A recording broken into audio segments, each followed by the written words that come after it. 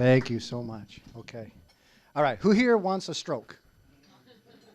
Then you're at the wrong talk. No. Can people read this all the way back there?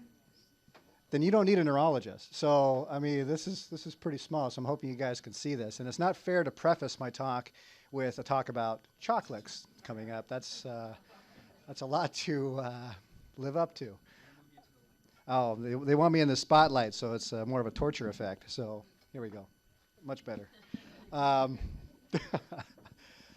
So just first off, does anyone know what a vascular neurologist is? Anybody?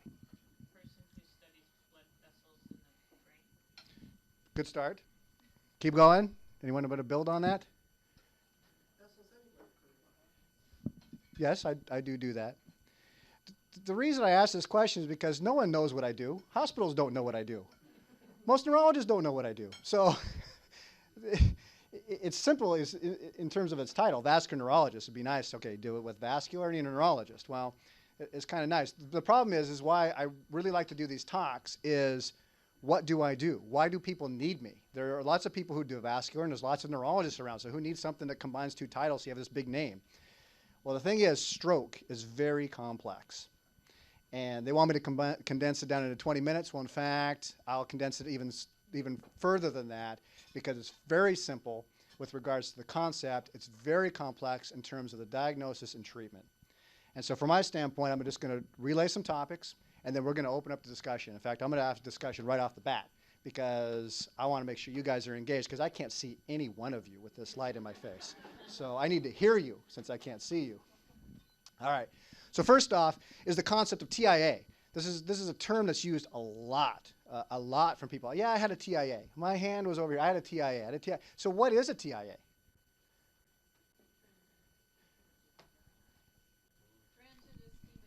Very good. Transient ischemic attack.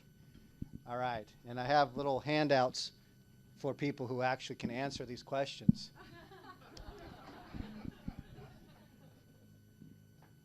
All right. Transient ischemic attack.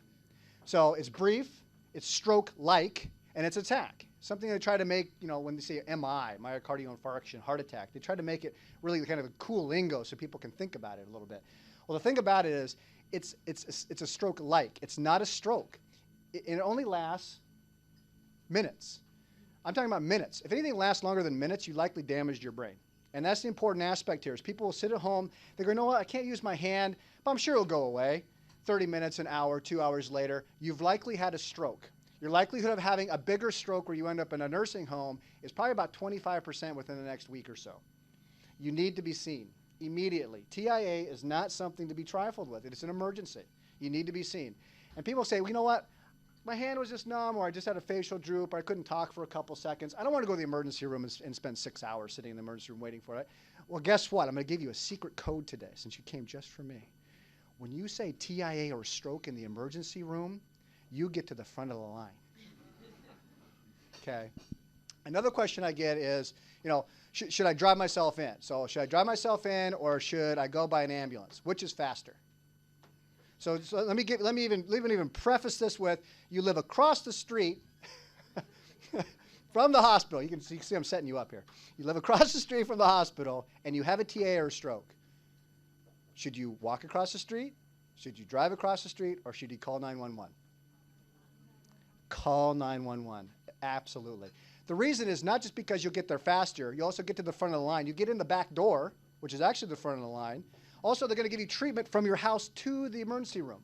So it's so much better to actually call 911. You are going to get treatment. You're going to get to the front of the line. Now, what are the most common symptoms? Anybody know? Speech is one of them. Got another one? Paralysis, weakness. Boy, I hope no one has a TIA or stroke in this room. I hope they can recognize it because there's. If you stick out your tongue, it's not symmetrical. Right. So here's the perfect examples that we're trying to go. I'm on the Department of Health, the stroke work group, with regards to developing a stroke program for the entire state of Washington, and part of it is recognizing stroke. So we use this mnemonic FAST. FAST, so face, arm, speech, and time. And so with regards to face, is your face symmetric? Is your tongue symmetric? And your arm, can you lift your arm up? Is one weak? Can you speak? Is it garbled? Can you not speak? And then how much time is it going on? This is something that's really kind of utilized even throughout the emergency personnel. Even the EMTs coming to your house to evaluate you will use the fast mnemonic to evaluate you. And so it's actually a very good thing to evaluate in terms of face. But all the symptoms, weakness, numbness, speech changes, visual changes, you can have trouble balancing, and then dizziness. Is dizziness a stroke? I mean, you just feel kind of, oh, I'm kind of dizzy. Is that a stroke? Maybe. Maybe. Everybody knows about these carotid arteries and they're floating in the head, right? Well, there's something called vertebral arteries, which are two arteries in the back of the head, which are actually more important. They keep you alive. They can cause dizziness if they're blocked. And that may be the only symptoms you're experiencing. And that's why people can miss some of these. So here's an example of this. I'll try to be the three-handed monster up here and point out some things here. So basically what we have is that kind of nose, the chin. So this is the big carotid artery coming up here. And then you have these vertebral arteries. Even this evaluation in a stroke book actually forgets to even put in the vertebral arteries. So you can understand that stroke is very underutilized, less understood than it really should, even in the expert community. Now, what's here on the right here? What is that? Can people know what that is? Partially blocked artery. This is actually a bleed in the head. And so this is to give you an example of the difference between what strokes are. People hear stroke and they go, okay, what's a stroke? Blocked artery. Well, it's not just a blocked artery. Stroke can actually be classified as something that breaks open the artery. So it's not just one of these blocked arteries that's a stroke, what's called an ischemic stroke, but you can have what's called a hemorrhagic stroke. So something to be. So here's just an example, just kind of get people understood. So these are worms in your head, not actually worms. That would be gross. But these are arteries that actually can be superimposed onto this image. So you can actually see how the arteries actually flow up around the brain. So these are actually your arteries in your head. Everybody has these. And I brought my little portable ultrasound to prove it. No, I'm just kidding. So here's just an example of kind of a discussion point with regards to the kinds of stroke. Here's another hemorrhagic stroke. This is where you can have the bleed in the head. And here's an actual clot. So here's the artery, this little gray thing, and this little thing about the size of my pinky is sitting in this person's artery. That's pretty scary, isn't it? The size of my pinky in someone's artery. Now, if anybody has a pin, click the pin, the top of the pin, that size is enough to cause a major devastating stroke in your brain. Now, take something the size of my pinky and you tell me what that's going to cause. This is a 52-year-old woman with a clot the size of my pinky in her carotid artery. Very dangerous. Strokes can happen at any age, in utero all the way. I have a patient who's 8, I have a patient who's 104, and everything in between. The average person I take care of is between 48 and 52 with regards to strokes. Now, that's not the average age for the community, but that's the average age I get because of my specialty. Now, what can we do about stroke? A person comes in and they have these symptoms, the weakness, the numbness, the speech changes, all this kind of stuff. What do we want to do? MRI. Good start. The problem with MRI is it takes about an hour to get all done. You want to do a clot buster, exactly. And we'll talk about the qualifications for clot buster in a second. Now, if a person comes in with weakness or numbness or speech changes, do we just give them this drug? Maybe until you know better, because it won't hurt. It could kill you. Okay, so no. That's part of the assessment when a person comes in. They come in, they're having a stroke, and I walk into the room, I say, you have a stroke, we have 5 minutes to make the decision, this drug could kill you, do you want it? Probably want to give them a little more information because now you just scared the pants off them and their whole family. So CT is much faster. You can do it in seconds. You can get further information. And you want to make sure it's actually a stroke, right? You don't want to give this medication. It's called TPA, tissue plasminogen activator. They told me not to do any scientific words, but I'm going to throw that one out there. This drug can bust up a clot. But guess what the consequences of busting up a clot is? Bleeding. And unclot everything in your whole body. You can have abdominal hemorrhage, brain hemorrhage. Well, here's a CT showing all these modalities of stroke. This is what's called a subarachnoid hemorrhage. You don't want to give a clot buster in someone who's already bleeding. Here's one where you have an old stroke, huge stroke. If you give it there, they're probably going to bleed. You don't want to give the clot busting medication who's someone who's already bleeding again inside the head. This is called a subdural hematoma. This is a kind of a cool thing. I'll discuss that in a second. And this is a glioblastoma. The only actual one you would actually give TPA to is this one right here where you see this little clot in the brain. And so you want to do some stratification before you start giving people this medication. Subdural hematoma, actually classified as a stroke, but it's outside the brain. And what's the factor of this? What's the importance of this with regards to a person's outcome? Squishing the brain. You bleed until you squish the brain. Now, anybody heard second hit syndrome? What's second hit syndrome? I think it's like when the brain sloshes back into the casing, so it's not the actual blow, but it's the, is that correct? Close. You're on the right track. The thing about second hit syndrome is a person goes and gets smacked in the head. It's not just young kids. Second hit syndrome is described in teenagers that go out in the field, get hit, get a little concussion, come back on the field, get hit again, and die. Well, it's not just kids, it's anybody, and it's not just severe hits, it's even bumps on the head on the door. And what I'm talking about is the brain isn't just sloshing around in this fluid up in the brain. It's actually connected by these tiny little veins to the skull. It's actually tethered. And as you get older, your brain shrinks. Okay? And this little thing that's now tethered kind of like this gets really taut. Now strengthen that string really tight and then bust it, and it'll break. That's what happens. People get these little breaks in these tiny little veins from that initial hit, and they can form what's called subdural hematomas. And when you break those tiny little veins, they bleed really, really slowly. And you go to the ER, I hit my head, I'm fine. 2 days later, you're not waking up or you're talking funny because you got blood in your head. It's because you have this delayed blood in your head. So when people hit their head, it's not benign, especially as you get older. You say, yeah, I played football in high school, played football when I was in college, I took so many hits, and all I did was bump my head on the door. Well, that's enough now, because your brain is no longer the size of your brain cavity. It's now the size of a walnut. Well, not maybe that small, but... All right, enough of that. I won't insult anybody more. All right, what contributes to a stroke?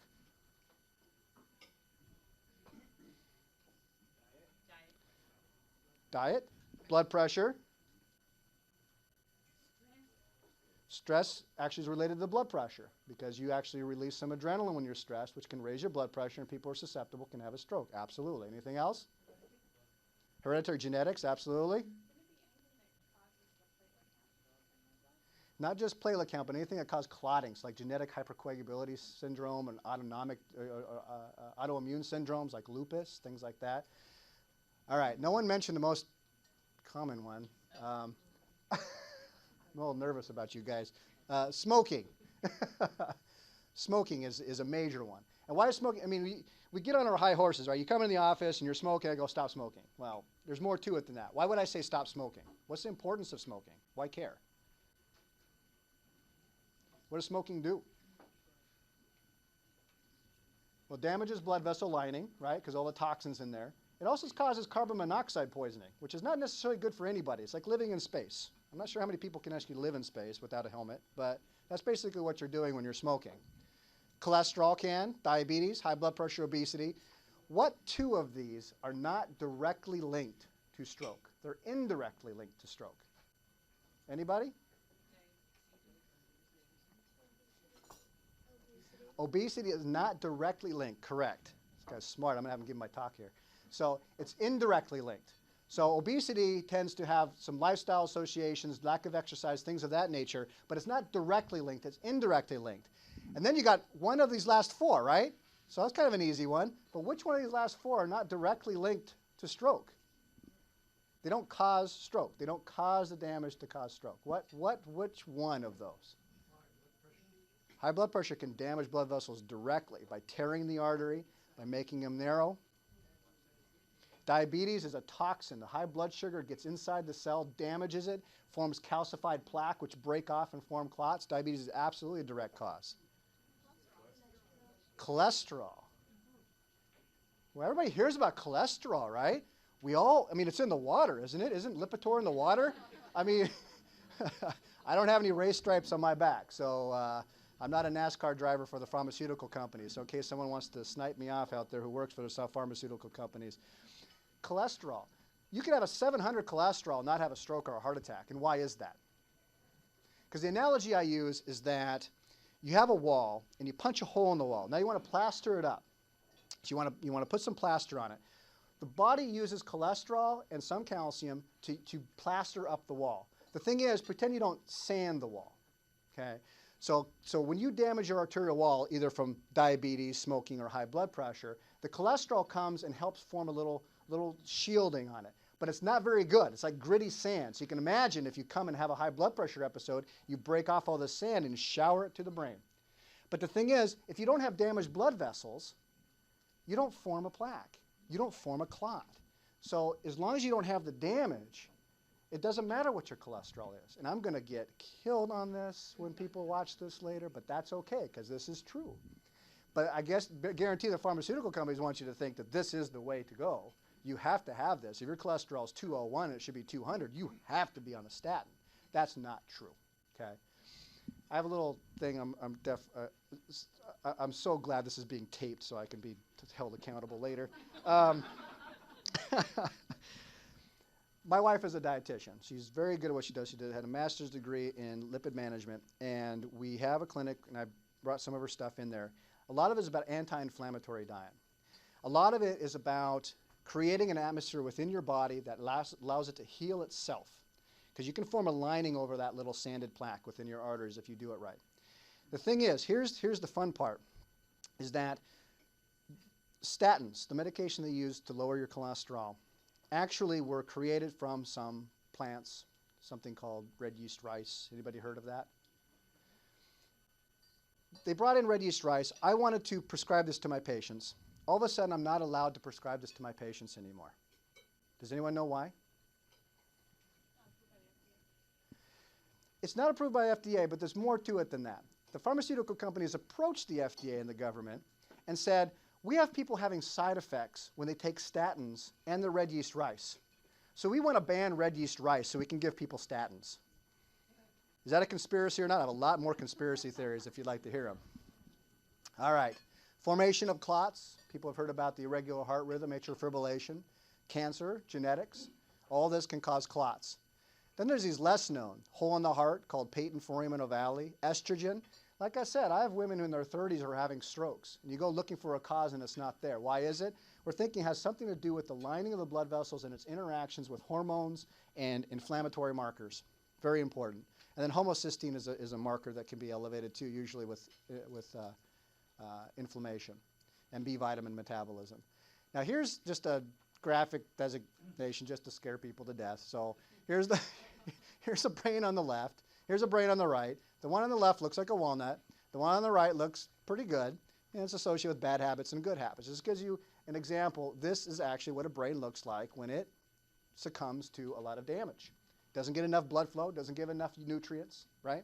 This is what happens. It shrinks. And it shrinks faster than if you take care of yourself.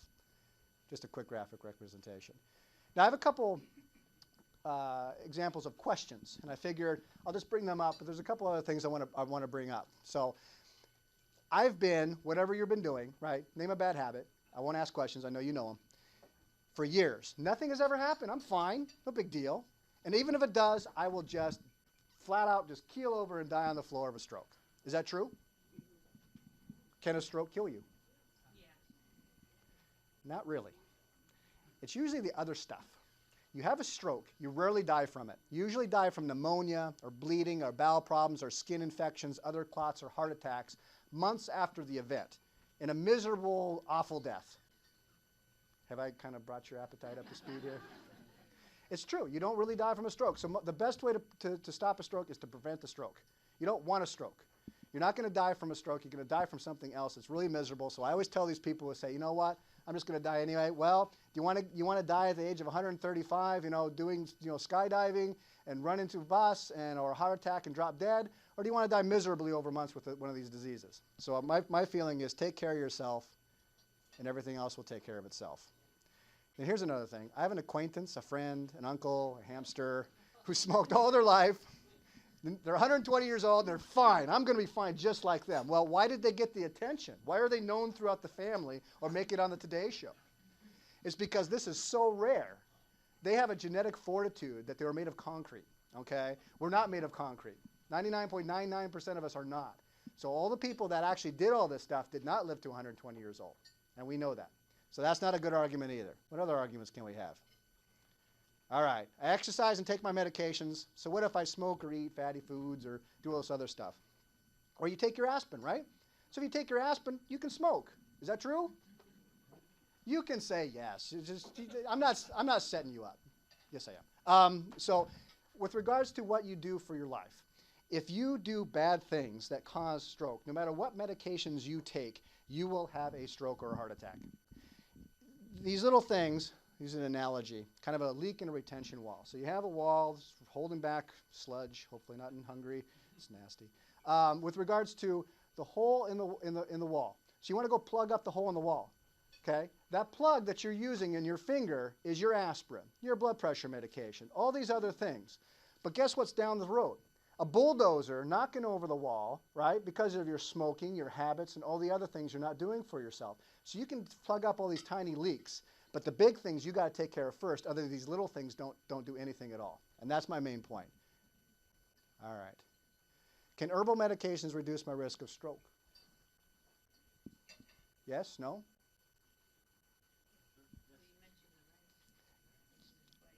Absolutely. The thing is that people usually look into herbal medications, usually look into their health in the first place. So it's an indirect method of you're looking into your health in the first place. So yes, indirectly it can. The problem we have with this is that be careful with herbal supplementation, because if you're on Coumadin for blood clotting or atrial fibrillation, you can actually harm your way of metabolizing the Coumadin itself and actually either cause bleeding or cause clots. So you want to be very careful of the medications you're taking, because some of them can actually interact. So that's one thing you want to be careful of. And then I don't like doctors, and if I don't see them, I won't have anything bad to me. Well, I don't like doctors either, and I'm such glad this is being recorded. That's not true. You know that's not a valid argument, right? We all want to be diagnosed early, because there are so many things we can actually do about this stuff. And so you want to get diagnosed early. You just want to find a doctor that listens to you. And I hear about this a lot. I'm sure there's going to be questions out there. Say, what if my doctor doesn't listen? What if my doctor just tells me this? What if my doctor just gives me a medication and tells me to take it? My answer to that, find a new doctor. If you don't have a doctor, you walk in and won't answer all your questions, you don't have the right doctor. And so my feeling is this is an educational point, is that you are out for your own health. The insurance companies aren't out for your health. You know that. There's been a big discussion about that recently. You're out for your own health. Preventative health is not covered. Maybe in 2014 in a different realm. But my feeling is you have to take care of yourself. If you feel like you want to take care of yourself, you ask the questions you want to ask. And if you are felt like by your health practitioners that you're belittled in some way or not getting the answers, find a new health practitioner. This is your health. And then what tests can I expect to, if I want to prevent stroke? And this is just a picture of stuff like MRI, CAT scan, echo, and then a smiling little girl up here. Of course, when you see a smiling little girl, it can't possibly be a dangerous test or painful. It's not. And then what if I have already had a stroke? What do I do to prevent another one? The same thing you did to prevent the first one, right? Eat right, don't smoke, take care of your blood sugars, all that stuff. However, the risk will always be greater than the first one, right? So if you have a first one, your likelihood of having a second one is much greater at that point. You need to have assessment and surveillance ongoing. And then how can I get better from my stroke? Practice. Whatever doesn't work, practice it. One important point. People have strokes when they get stressed, they have an infection, they don't get good sleep. It actually looks like they can have another stroke. And that's the point I'm trying to make, is that it looks like you're having a new stroke, but in fact, they're not. And the reason is because the damaged area, all the little surrounding cells can actually take over for the damaged tissue and actually function on a pretty high level. But after you get stressed for a while or sleep or have an infection, it actually doesn't work anymore, and it looks like they're having another stroke. And then what's new in stroke care? Well, early intervention, right? We had talked about the clot buster. We can actually take the clots out. And we talked about the call 911, absolutely correct before you go there. And the best chance of doing something is early. We talk about taking the clot out at 3 hours, 4.5 hours, 6 hours, longer. No matter how many hours that you've noticed the symptoms or you're found, you bring the person in immediately. The faster we find them and treat them, the better they're going to have. And then should I take an aspirin for stroke, like in a heart attack? Was that a guess or is that an absolute? No, I was thinking aspirin can help you bleed. So if you were bleeding, if you have a bleeding. Absolutely correct. Absolutely correct. Not if it's a bleed. So you're not necessarily treating it the same way. You want to make sure you get assessed fast. And that's the point, is that with a heart attack, you take the aspirin. You've already started treatment. With a stroke, you better call someone because we have to make sure it's not a bleed before we give you treatment. And then here's some cool little things, like a little corkscrew, right? Who's drinking wine in here? I mean, just pump it right out of there. So a little corkscrew, kind of take the clot out. You have these little filaments that come in and take the clot out. So kind of cool little things. And here's another thing. This is something I'm involved in. We're actually doing stroke assessments across the state and also across state lines. I actually do this in Montana. I take care of stroke patients in Oregon. I run a stroke center in Reno, Nevada. And I take stroke call actually up here in some of the metropolitan area. And what we use is this real-time audio video. This is so much faster to take care of stroke. It allows me to immediately dial in within 30 seconds of being paged, assess the patient, get the CT, give them this clot-busting medication within 15 minutes. The fastest I've ever been able to do it, where I have to get up, get dressed, get in the car, go to the ER, talk to the patient, is 52 minutes. So in fact, people say, well, maybe you're just being lazy. Maybe. No. Actually, it's much faster. This is actually a better care model with regards to the assessment of stroke patient and treatments of stroke patient. And I'll allow all the questions in a second. So here's me in my office treating a patient. Here's our CT. I can bring it up, show you guys, everything like that. And then where should you go if you have a stroke? Simple answer, nearest ER. But the problem is that outcome has been linked to the level of services. So we're talking about stroke centers, right? Here always be stroke center. We're a stroke center this, stroke center that. It does help. It helps to be stroke certified. But not all stroke centers are created equally, okay? So you got to think about who's going to treat you when you get to the stroke center. You call it a stroke center. Why is it called a stroke center? Because they have pathways. They have order sets. But that's it. Expertise is not part of the requirements to become a JACO certified stroke center. You don't even have to have a neurologist to be a stroke certified. So you have these levels of care. So you got to think about where you're going to end up, who's going to see you, who's going to assess you before they go on to give you stroke. So here's another thing is that we hear about this evidence-based medicine. What's evidence-based? Anybody can quote me some evidence-based medicine? Smoking causes cancer.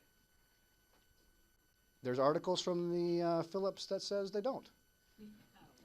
You breathe, you live. You eat, you live, you eventually die. That's our evidence-based medicine right there. That's what we have. Everything else can be refuted in some way. We hear about this evidence-based medicine. What is that? That means 3% more of 47,000 people got a statistically significant more benefit from this particular drug than the other 45,000 in the other group. So, what, 3% of 47,000 is not very many. But it's statistically significant. That's evidence-based. So we're talking about when do you fall within this evidence-based? Where do we get our evidence-based medicine from right now? Anybody know? The pharmaceutical companies. You tell me there's not some bias there. Not only that, the vast majority of negative studies are not published. So how do we know what doesn't work? We may know what kind of works, but we don't know what doesn't work. So here we are, some possibly biased entities, creating an entity where we're actually getting our evidence to practice by, influencing you on TV, influencing us in our office. But in fact, is it truly medicine? We don't know. And not only that, the stratification of people within those studies, the inclusion-exclusion criteria, like over 75 on Tuesday on a full moon, doesn't own a frog, right? You don't fall within that? Oh, well. What do? Well, sometimes you have to use your brain. And so that's where it comes down to, is the vast majority of people actually don't fall within these nice little criteria that we base our evidence-based medicine. So you better have the experience to be able to determine what's good and what's bad, because you're likely not going to fall within that little realm. And so this is just kind of my little description that you're not a cookie, and I don't practice cookie-cutter medicine. I do practice evidence-based medicine, but I also don't treat people all the same, because I want to treat each person differently, because their presentation is always different, always. And now for a scary example. Want to know a scary example? Now, they want to cut me off. I haven't heard any waves or anything, but do people want to stop and get a break and things like that and ask questions, or would you like me to go on? All right. Thank you. Guys, you guys are missing Monday Night Football for this? All right. All right. So here's a person on the left. Here's a person on the right. This person came in with dizziness. This person came in with dizziness. This person's alive, and this person's dead. You can see his ventricles are huge, and the brain just doesn't look right. It should look nice and fluffy like that. This is the same person. They came in alive, and now they're dead. They came in with dizziness. So why would a person who comes with dizziness look like this on one hand and then look like this by the next morning? We weren't called on this patient. I was called on this patient. Brain dead, dead. So here's what I'm trying to make an example, is we don't take things for granted. Sometimes there are subtle findings that you need to look for. And I've tried to get this relayed to people, is I want to make sure that when you go in for a problem or you have a loved one with a problem, ask for someone who knows what they're doing. You think that's simple, but it's not. There's a lot of politics in medicine, and just because you go to a hospital that touts great care doesn't mean you're going to get the right expert. You're going to get the people that they hired or coerced to work for that hospital. Boy, I'm so glad I'm being taped right now. All right, you can tell I'm an independent physician probably forever now. All right, so that's what I'm saying. And then going back to the records, there were some subtle findings. We weren't called. So my feeling is, don't take anything for granted, because we're not statistics, we're individuals. So just because statistically a person with dizziness isn't going to have a stroke doesn't mean that you should be treated in that box. Everybody should take for face value that something more serious could happen and then go from there. Want one more scary example? I have a question. On Yes, those- ma'am. On those images there, what was going on with that individual's brain that caused it to? Right, so what happened here is that there's a big artery that goes to the back of the brain called the basilar artery, and it keeps us alive. It also involves the way our eyes move, our feelings of perception, our balance, all those kinds of things. And oftentimes when those arteries are blocked, you actually just get dizziness or a little bit of eye flutter or double vision. In fact, you go back to the records, they were complaining of double vision. So this is what I'm saying, is that making sure that when you go to a place that takes care of each individual entity, make sure that they're going through all the risk factors and stratification, and the expert is called to discuss that. So what would you have seen that on that MRI scan? Into the future, here is the really weird idea, which is, does time exist at all? Right? And this is, you'd think it would be a philosophical question, and it is, but there is one physicist in particular who's a really interesting guy, Julian Barber, who basically was heading towards a very prestigious career in physics, started getting involved in this question of, is there time, and said, you know, I'm never going to be able to answer this and have an academic career, dropped out of physics, became a translator of Russian texts, lived very meagerly on a house in Sussex, and spent 30 years trying to work this out. And the conclusion he came to was, it was in this popular book, The End of Time, but there's a whole bunch of scientific papers he did.